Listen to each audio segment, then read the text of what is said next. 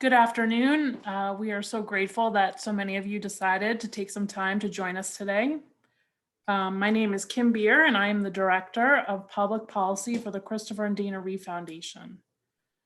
I want to welcome each of you to the first Regional Champions and Advocacy Update webinar for 2021. We are thrilled to host so many who have taken the time to join us today to learn more about the Reeve Foundation and our advocacy efforts. We also want to spend some time discussing what has happened since November's election. Before we get started, I want to first acknowledge our regional champions who continue to show up and dedicate their time and energy advancing the Reeve Foundation's advocacy priorities. More importantly, you take your very precious time to develop key relationships with your policymakers and share your personal stories and educate members on how we can improve lives through increased federal funding for the Reeve Foundation's Paralysis Resource Center, increased funding for research, and this past year especially, weighing in on how COVID-19 relief must reflect the needs of those living with disabilities. Thank you so much. We accomplished a lot these past few years, despite difficult and challenging circumstances. I also want to welcome my fellow Reeve colleagues, and for all those who are new, please consider becoming more involved, and later in the webinar, my colleagues will go into more details about important ways you can get involved. As I mentioned, 2020 was an extremely challenging year where a worldwide pandemic instantly revealed the delicate cracks, gaps, and inequities in our fragile and disjointed healthcare system. It exposed deep divisions in our country. It left many individuals grappling with unemployment, illness, and isolation. It also seems sometimes impossible trying to discern conflicting and often inaccurate information filling our social media feeds. In response, the Reeve Foundation quickly provided and tried to provide quick and instant accurate information about COVID-19 as we learned about it, and also provided timely updates from Washington, D.C. about what was happening in Congress and at the CDC and in the administration. We offered opportunities to connect and offered ways to be more involved virtually when going outside was not possible. We saw entire communities organizing locally to help provide their neighbors with support where sometimes larger entities perhaps had really fallen short. And in the end, we did so much together. It is my hope and our hope that we move into 2021 with the same resolve we've always had to improve policies and programs for anyone impacted by paralysis. These issues we deal with, we grapple with, are bipartisan. And it is our charge to educate every representative, senator, and administration official about them, no matter party affiliation. We invite you to continue or become, maybe for the first time, part of our efforts to educate policymakers about your own personal story, but also about the many ways we need to continue to make change, whether in healthcare, transportation, accessibility, research, racial disparities, and so on. Thank you again so much for your time. Before we get to the agenda and introductions, I just want to review a few housekeeping items. There will be time for questions at the end, and we'll do our best to monitor them as we go through them. And we know that several of you have submitted them beforehand. We'll do our best to answer all of them. And of course, we're always here after the webinar to answer any questions as well, if you think of any after you've participated in the webinar. We will also be sending a recording, and you'll hear from my colleague Chris with links that we referenced throughout the webinar in the chat box, but he'll also be sending those in a follow-up email. So without further ado, let's get started.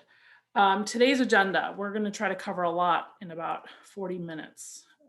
We're going to take a look at what Congress accomplished at the end of the 116th Congress after the election. We'll take a look at our new Congress and our new Biden-Harris administration. We'll look ahead for 2021. We'll review what you all accomplished in 2020, and we'll explain ways that you can get involved and some of upcoming events at the Reeve Foundation. And of course, as always, we'll have time for questions. Just quickly review again, I'm Kim. My colleagues from Waxman Strategies, with whom we've been working with for the past few years, Celicia and John, will provide their expertise. We're so grateful for all that they do for the foundation. And of course, Chris, whom you probably already know. And if you don't, you'll get to know him quite well this year. So let's get started. All right. Thank you so much, Kim, for that wonderful introduction and those great words to start us off. Good afternoon, everyone. Again, my name is Celicia with Waxman Strategies, and I'll be walking you guys through a bit of a recap of the end of the 116th Congress. And so towards the end of December 2020, Congress was able to pass an omnibus spending package that totaled about $1.4 trillion. There was a number of different provisions within that package, including some that would benefit the disability community, one of which included the Disability Innovation Fund to improve opportunities for employment for individuals with disabilities, as well as the Paralysis Resource Center receiving the full funding of $9.7 million, which is an incredible accomplishment in the midst of a pandemic, as well as $1.25 billion for the National Institutes of Health. And within that omnibus spending package, there was also a COVID-19 relief measure. That measure had $900 billion in total for COVID-19 relief, including $600 stimulus checks for individuals, an extension of the unemployment benefits to $300 per week until mid-March. Additionally, there was relief for small businesses and for education, as well as $20 billion to go towards purchasing COVID-19 vaccines and $8 billion for vaccine distribution. And so we're hoping for additional COVID-19 relief in the near future. The Biden administration has a $1.9 trillion proposal known as the American Rescue Plan. And within that plan, there's the hopes for community vaccination sites that will grow across the nation and help with funds for vaccine distribution. There's also funding to safely reopen schools and sort of get students back into a bit of more sense of normalcy. There's additionally more stimulus checks to come with this package. There's a $1,400 stimulus checks this time to coincide with the $600 stimulus checks that recently went out for a total of $2,000, providing additional support for small businesses and the hope to raise the minimum wage to $15 per hour. But this plan is a very ambitious proposal, and we know that currently there's a closely divided Congress that we have, which John will talk a little bit about later, and this may be challenging to actually get this full proposal passed. So we will definitely keep our eyes open and keep everyone posted on this COVID-19 relief and what the upcoming proposal will look like. And of course, vaccine updates. Currently, within the United States, the Pfizer and Moderna vaccines are approved and they've been used through emergency use authorization from the FDA across the nation. What we are also seeing is from Johnson & Johnson within the next week. They're hoping to present their data on the clinical trials that they've had and hopefully will receive approval from the FDA as well, along with AstraZeneca. That's been approved in the UK, but may be seeking approval in the United States in this upcoming spring. But with these vaccines being manufactured, there still are challenges with them. In fact, Merck recently announced that they're stopping moving forward with two of their vaccine candidates that they have. So this has been a really challenging process, and we're hopeful that we can get more vaccines on the market so that more people can get access to them. But it has been a challenge. And with that, of course, there's been challenges with prioritization. There's the CDC recommendations right now in phase 1 is for healthcare personnel and long-term care facility residents. Some states have also moved into phase 1B/C, which includes frontline essential workers, anyone aged over 65, and people aged 16 to 64 with underlying health conditions. In addition to that, though, there are still some concerns related to the COVID-19 vaccine and the new administration under Biden has a plan in place that they're hoping to implement. One of the concerns, though, is in terms of the vaccine supply. The manufacturers of these different vaccines have had challenges in being able to meet the demand that there is for vaccines across the globe, not just within the United States. There's also limited state resources and uncertainty around the number of vaccines that they receive each week and even each month. Biden's plan, though, is to vaccinate 100 million people in his first 100 days. We will see how that continues to pan out, and there is an in-depth sort of plan that goes with his proposal around that. And along with that plan is to have up to 100 vaccination sites through FEMA soon. And I know that we did have a number of different questions and things related to vaccines, so I will pass it over to Kim just to speak briefly on any vaccine updates that can come from the Reeve Foundation. Yes, thank you. I just want to remind everyone, I know that this is not only is this a very personal decision, but it's also probably even for us a little difficult to gather the information in order to make that personal decision about whether or not and how you will take a vaccine. The Reeve Foundation on our landing page has a link to a COVID-19 and vaccine resources section where we've trying to compile the most relevant information with personal blogs. Some of our community members already been able to access a vaccine. And we will be having some webinars with our nurse, Linda, and we have a FAQ posted as well. And we really encourage you to participate in some of those discussions that we'll be holding since we are not medical professionals and we want to make sure you have access to individuals to be able to answer your particular question. So as always, feel free to ask us if you need some information about how you connect maybe with some state resources, but the Reeve Foundation on their website has more specific information around vaccines. Thank you.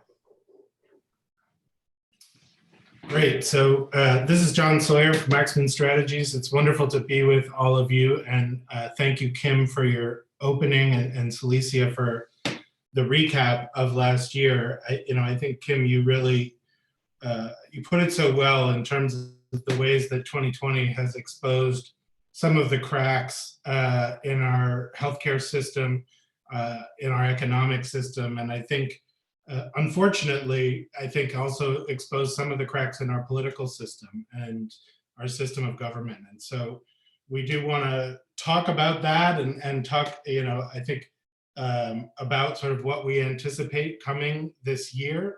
But I also think all four of us and the Reeve Foundation as a whole are really hopeful for what is available, what is possible in this coming year, and what is, what we think is on the horizon.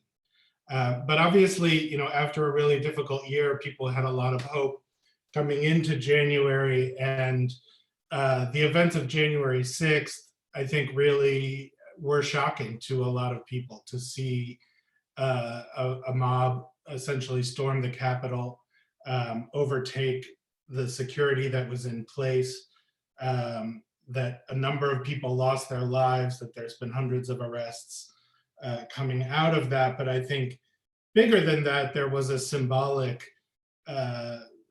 injury there, that the Capitol for many people really represents sort of the cradle of American democracy. And it revealed, again, the cracks and vulnerabilities, not only in the security, but in the system itself, where you could have this many of our fellow countrymen and people, this convinced of what is frankly a lie, that the election went one way when actually it went the other, and to really, take that drastic of an action.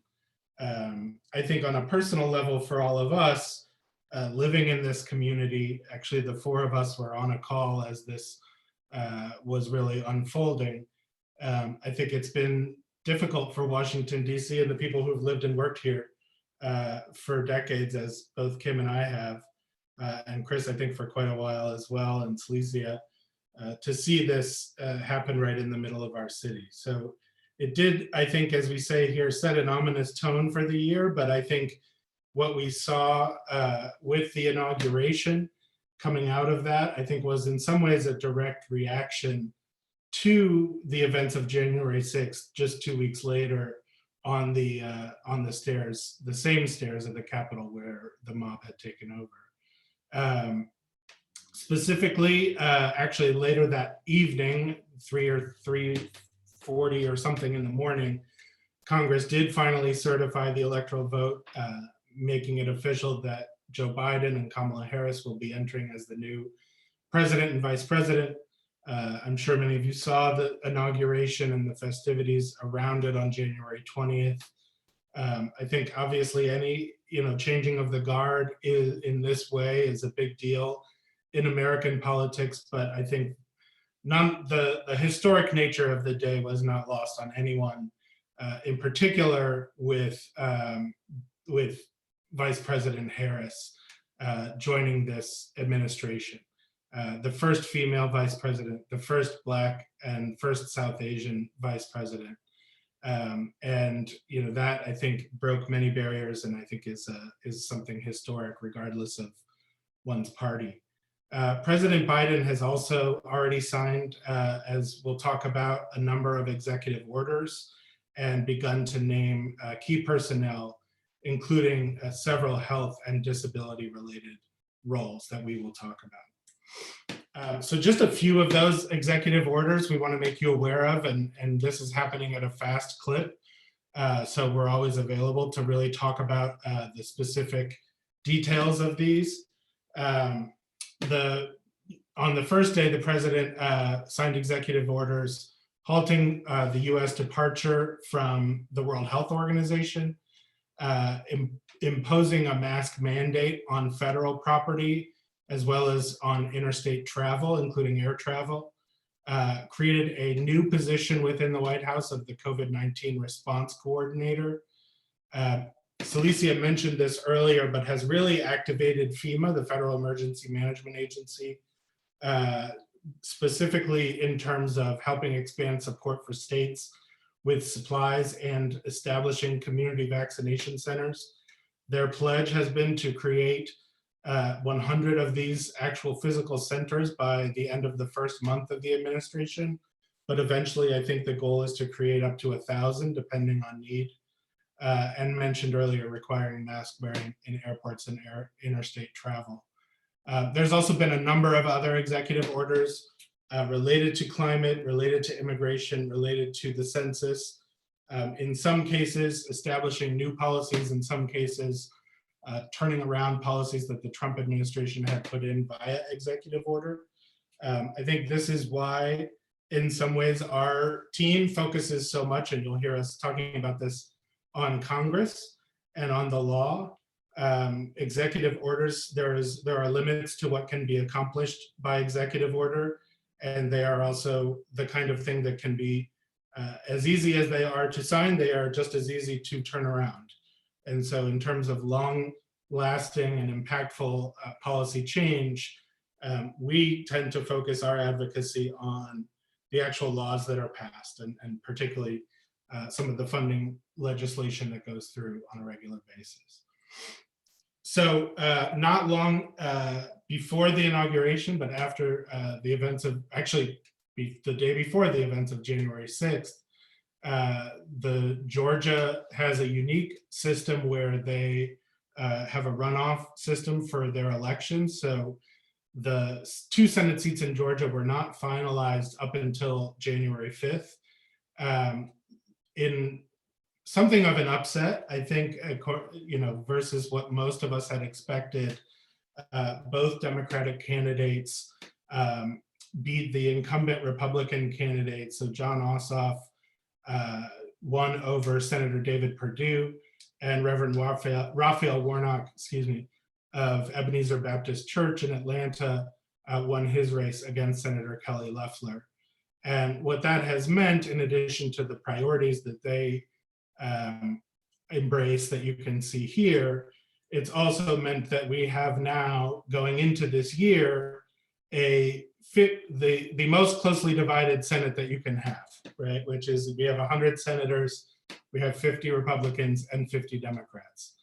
technically 48 Democrats and 2 independents who caucus with the Democrats. But for purposes of organizing the Senate and for purposes of figuring out who you need on different bills, we have the most closely divided as a 50-50 Senate. Technically, what this means is that the Democrats do have the majority in the Senate because ties in the Senate are broken by the president of the Senate, which is also Vice President Harris, which is the vice president and therefore Vice President Harris. But there are real implications, I think, to such a narrow majority in the Senate, this split, as well as in the House. And I think this has been undercovered as we've seen some of the coverage of the Senate and the Georgia races. But one of the main stories coming out of November's election was that there were significant gains by the Republican Party in the House. And there is now, while the Democrats are still in the majority, it's the smallest and narrowest majority that they've had in quite some time. And so what does that mean? What does a narrow margin mean?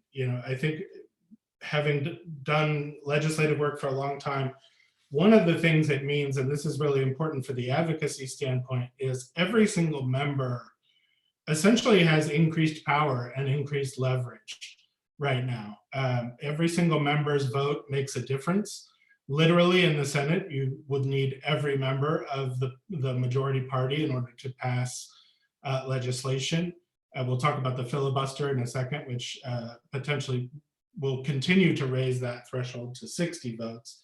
But even in the House, where typically the majority really just runs the show without a whole lot of input from the minority party, this will increase the influence of, in particular, those more moderate members on both sides. And they are starting to be, I think, strategic about how to utilize their power in a new and closely divided Congress. So a couple of issues that are coming up and that we're following that are sort of internal process issues, but with really big implications for public policy. One is the question of the filibuster in the Senate. So this is the Senate procedure that means that most legislation, not all legislation, can be challenged in a way that will require 60 votes for ultimate passage. There has been some clamoring, I think, on the left that they want to see the Senate change its rules in order to remove the legislative filibuster and allow legislation to pass with a simple majority. I think what we can be clear about at this stage is that there are not the votes, even within the Democratic caucus in the Senate, to make that change.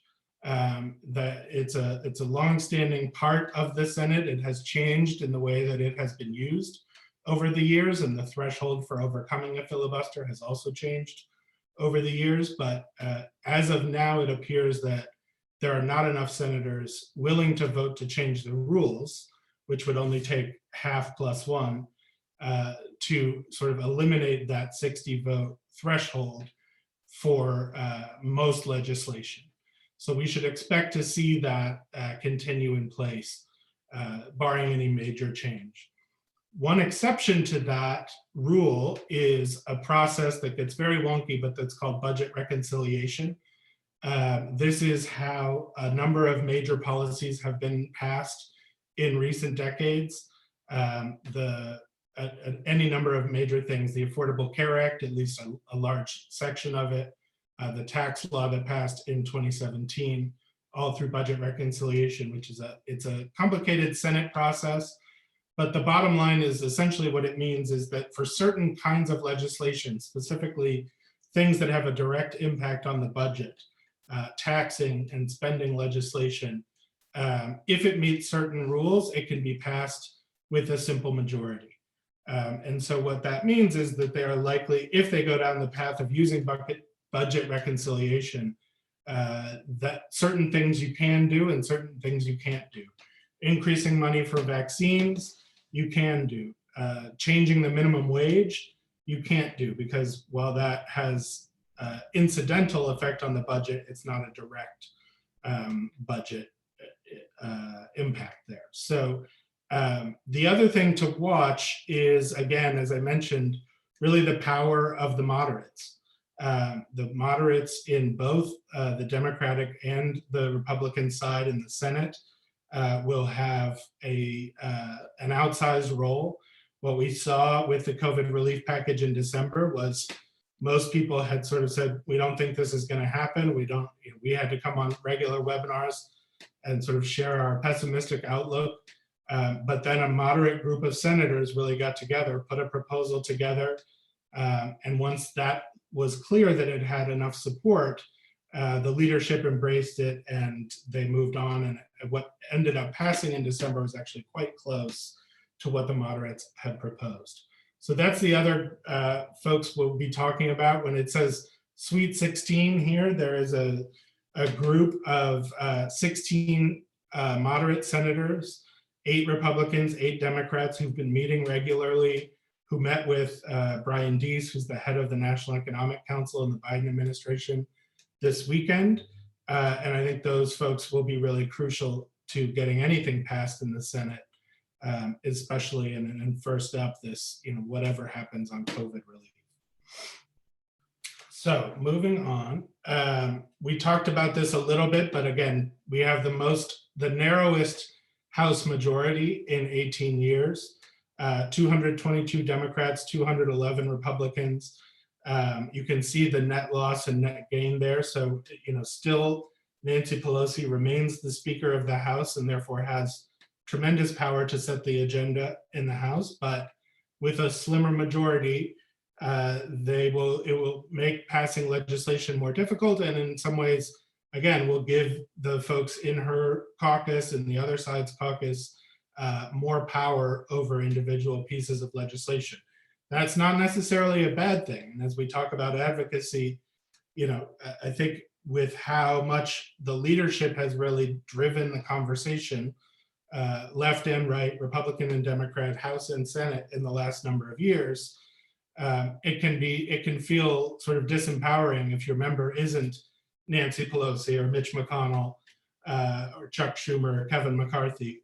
In this case, and Chris can talk more about this, when you have now just any rank and file member, if they get 2 or 3 or 4 of their colleagues together around a position, they have quite a lot of influence. And so I think it really, in some ways, really re-democratizes the House to some extent.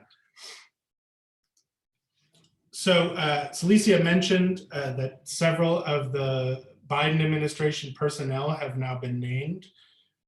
Some of these folks will require Senate confirmation, and some positions don't require Senate confirmation. So a couple of folks that we wanted to mention who I think will be key personnel in the new administration. First off, Javier Becerra has been nominated as HHS Secretary. So this, again, oversees the 13 agencies within the Department of Health and Human Services, everything from Medicare and Medicaid to National Institutes of Health to the Administration for Community Living, who we work with very closely. Incoming Secretary Designate Becerra was a member of the US House for 25 years representing California and has spent the last number of years as Attorney General of the state of California, really prioritizing in his work as Attorney General, healthcare competition and coverage expansion. And so we'd expect him to bring those priorities in to the department as well. One interesting and late-breaking piece of information about Secretary Designate Becerra, we saw an announcement today that at the California Attorney General's office, he will be establishing a Bureau of Disability Rights, a specific bureau that will focus entirely on disability rights there in California. And whether he's able to do something similar at the federal level and how that would fit, we'll see. But I think it's a really strong indicator of how much he is prioritizing the rights of the disability community on his way, even out the door. And so that's something I think we'll want to really hold him to as he gets into office. Theoretically, as soon as within a couple of weeks. His is one of the positions that will require Senate confirmation. There was some uncertainty about whether there would be the support to confirm Becerra before the Georgia runoffs. There is more certainty now that he will likely have the votes to be confirmed, but the hearings for his nomination are just getting up and running in the next couple weeks. A couple of other positions, the two sort of on the lower level here of your screen, Raymond McCoy McDeed has been named to be the Commissioner of Disabilities, which is a position within the Administration for Community Living.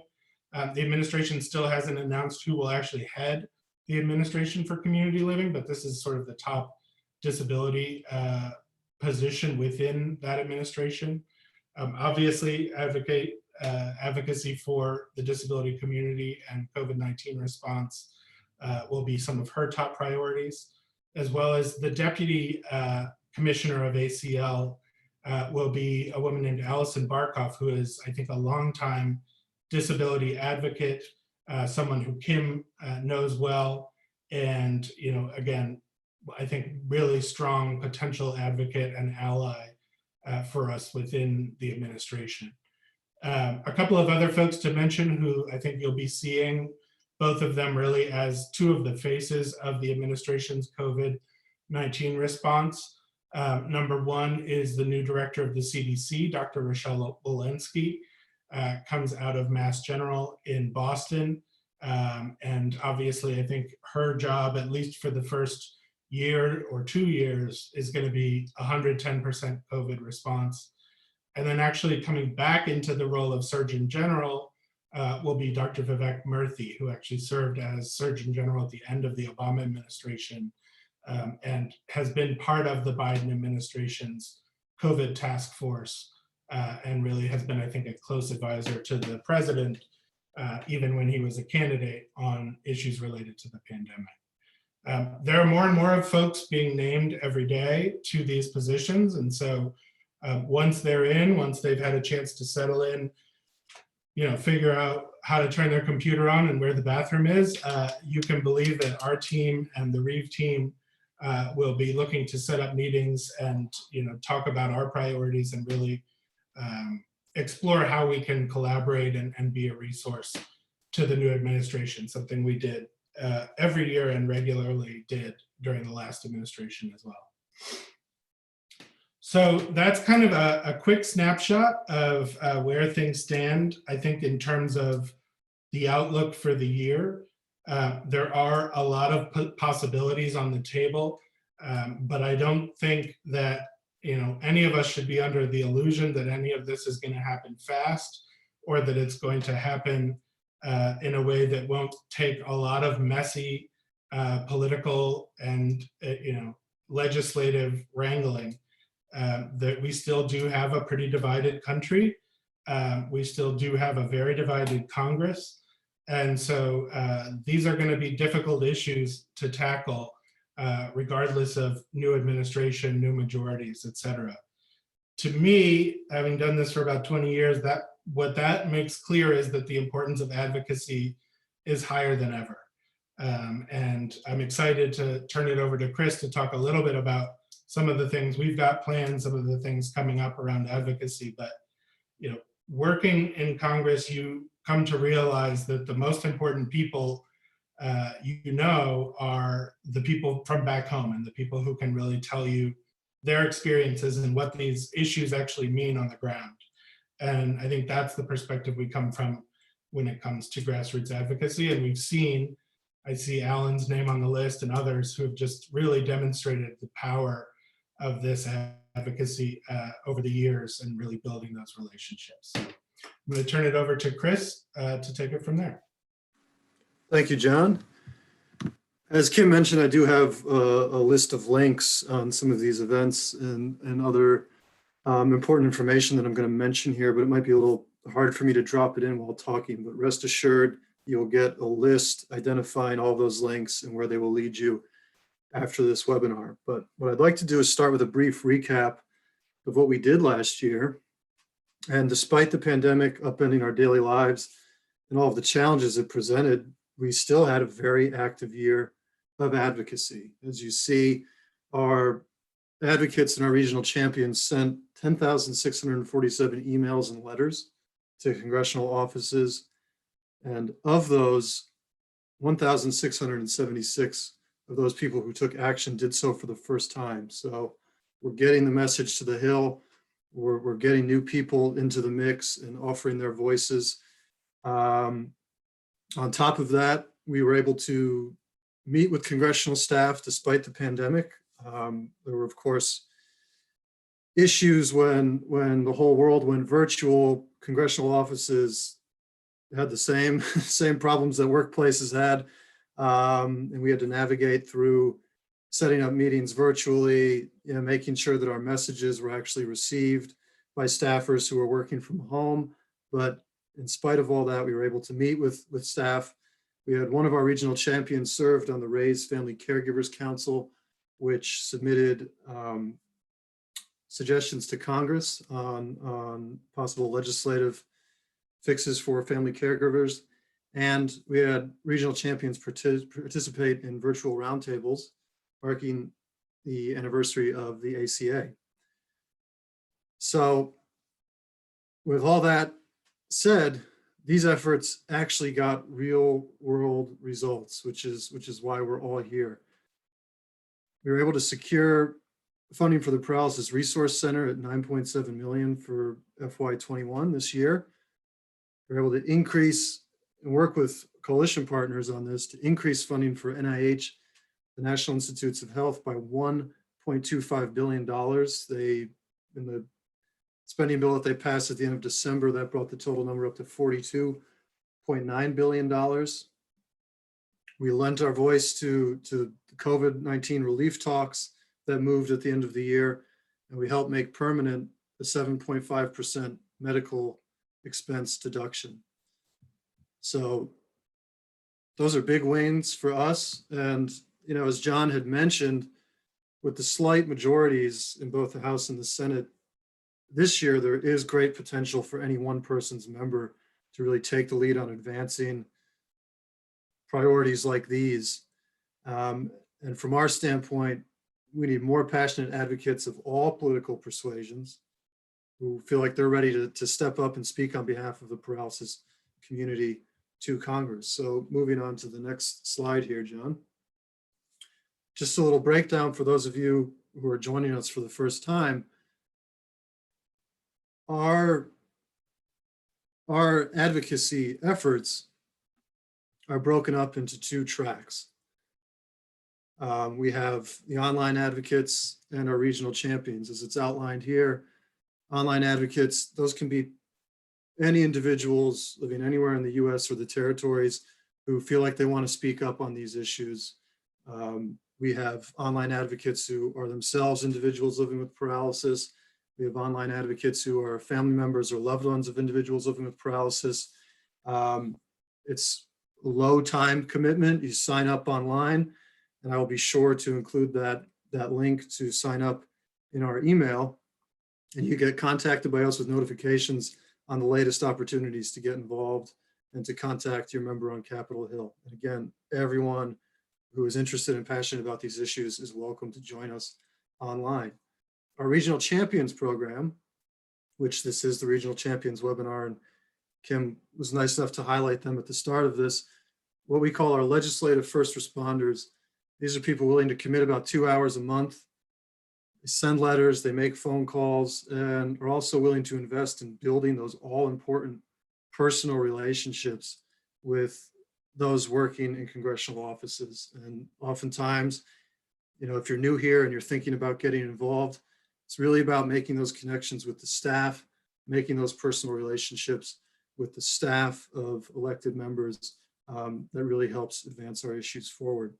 So on that note, we're always looking to expand our numbers, both online advocates and regional champions. And I'll touch on this again a little later, but we are going to have our first regional champions training seminar next month.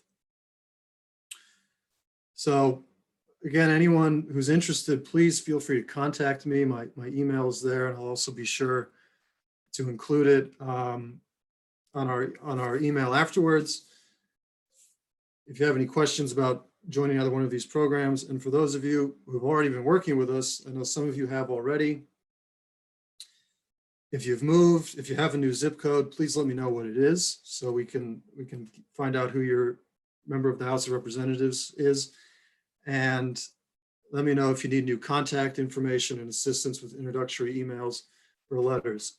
Some of you have already reached out to me about that. And, right now I'm going through and trying to compile contact for all of the new offices. As is always the case when there's a new Congress coming into town, you got to expect staff turnover and give these offices some time to really get fully staffed up and fully implemented as they adjust. They've only been in town for a few weeks now, but we are making that effort. We're going to be updating that information and updating our advocacy materials, which we'll send around to those of you who are already in our Regional Champions program, and we'll be sure to update that on the website. So please watch out for all of those updates coming soon.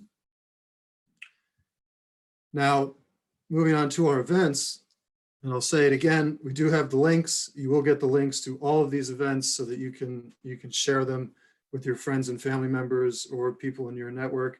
And of course, we hope that you all join us. As Kim mentioned, Nurse Linda is holding a webinar tomorrow, and she is such an incredible resource.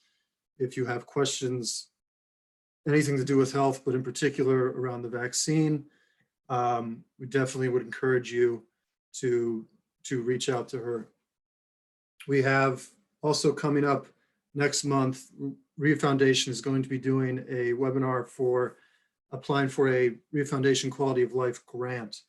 And this particular cycle is focused on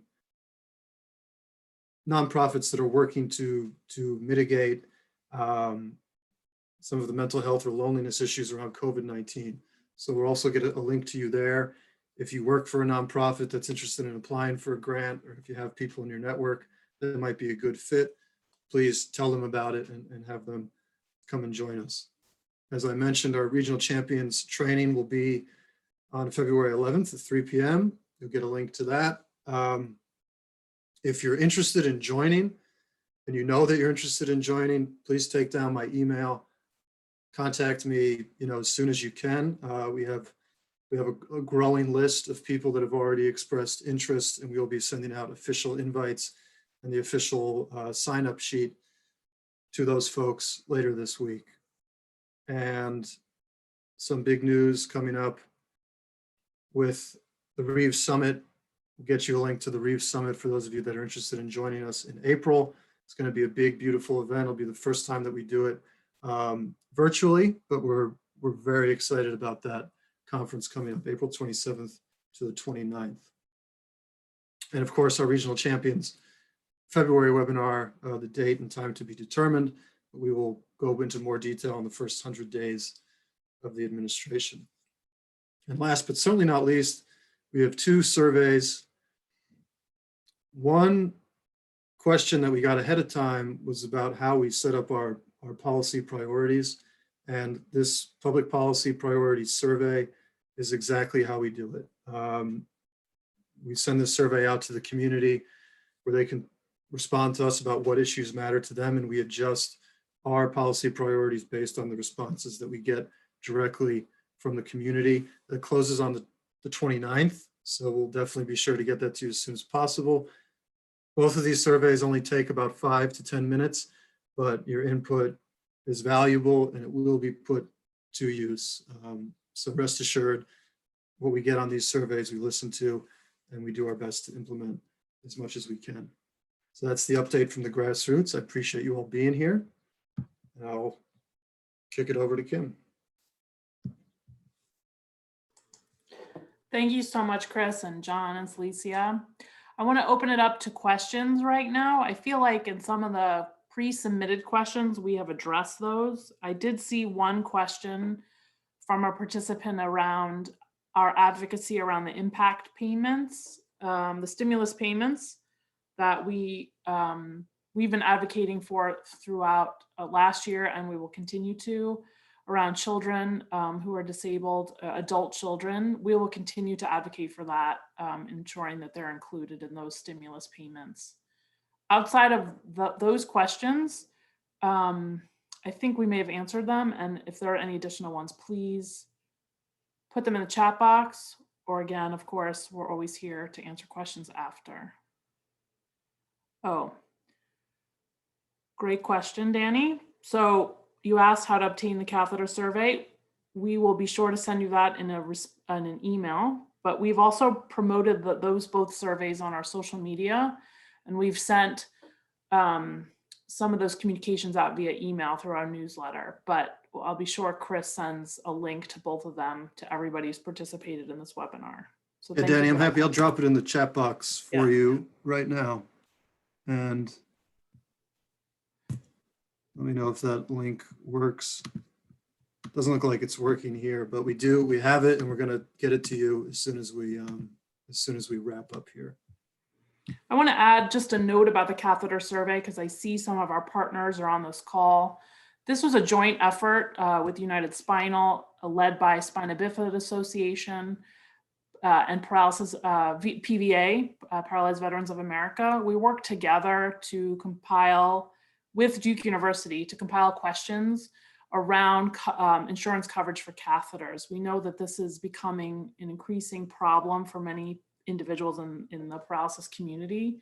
We want to gather data around this so that we can go to Capitol Hill to educate them around the lack of coverage for these really important, for this important, everything you need in order to live a healthy life for catheters. So that I wanted to just talk and acknowledge, I see some of our partners here on the call, on the webinar. Kim, I think there's a few questions in the Q&A section. Oh yeah, let me see here. Oh, thank you. We have visitors from the UK, and that's a very good question. Our advocate, the question from the UK, is there anything we can do to assist you in our efforts? Well, we really thank you for that offer. And, our advocacy is really focused on federal advocacy at the United States federal level. However, what I would ask is if you could share our materials and be sure to get our Paralysis Resource Center materials out and all of our webinars and events, and including advocacy, but also everything else health related and education related out to your community members as well. We have a peer mentor program, and we would love to assist anyone who contacts us. So we serve anybody around the world. So hopefully that answers your question. Howard asks, is paralysis considered an underlying condition? I've not seen any state registration that asks a question about that. Howard, that's an excellent question. And I don't want to misspeak here. I think I need to follow up with you on that answer. I don't have the answer, and I don't want to misspeak. I think I'm going to consult with Nurse Linda, and I'll be sure to follow up with that. It's a very good question. Leah asks us where we can sign up for online advocacy. Chris, if you could drop the link on that in our chat box, that'd be great. Otherwise, we'll be sure to also send you that in a follow-up email. Thank you for that question, Leah. Yeah, I just dropped it in there, so let me know if Great. anyone has any trouble accessing. And I think Cody has a question. Are we allowed to post the survey link on our social media networks? Please do, Cody. We would really appreciate that. Feel free to forward any and all of our materials and our resources and our surveys to all of your networks. We really appreciate that. And back in the chat, I see Chris has a question with about a few more details on the Biden proposal, specifically around money for home and community-based services and other language. Chris, I'm not 100% aware of those details, and I will say that the Biden proposal at this point is more of a white paper than a detailed legislative proposal. So there are certain things that we'll be watching for and working on, and both of the issues you raise are things, spouses and parents as paid caregivers and dollars for HCBS. are things that we've been working on with folks in the Senate over the last year, and will continue to advocate for as these proposals start to take shape. When a president sends it over to Congress, they're not sending over like a fully fleshed out bill. It's more of a 20-page document that sort of says what the priorities are. So there are really good opportunities, I think, going forward to push on these issues. And if they're not there in the COVID proposal, I think there's still opportunity to work on those issues outside the context of the COVID debate. Thank you, John. I also want to acknowledge and welcome Nurse Linda. I did not realize you were actually on the webinar. Thank you so much for joining. And in response to Howard's question, Nurse Linda states, and she posted it in to all panelists, spinal cord injury is in the immunosuppression category, and most neurological disease and injury are included there. Thank you so much, Nurse Linda.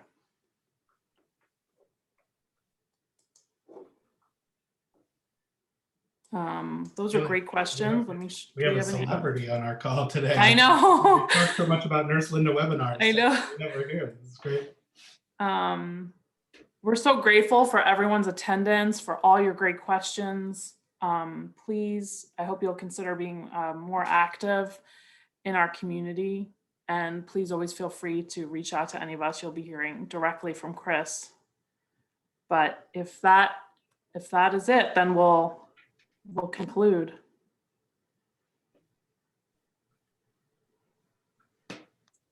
All right, we'll conclude then. Everyone. Thank you so much. Stay well and safe, and we'll be in contact. Thanks so much.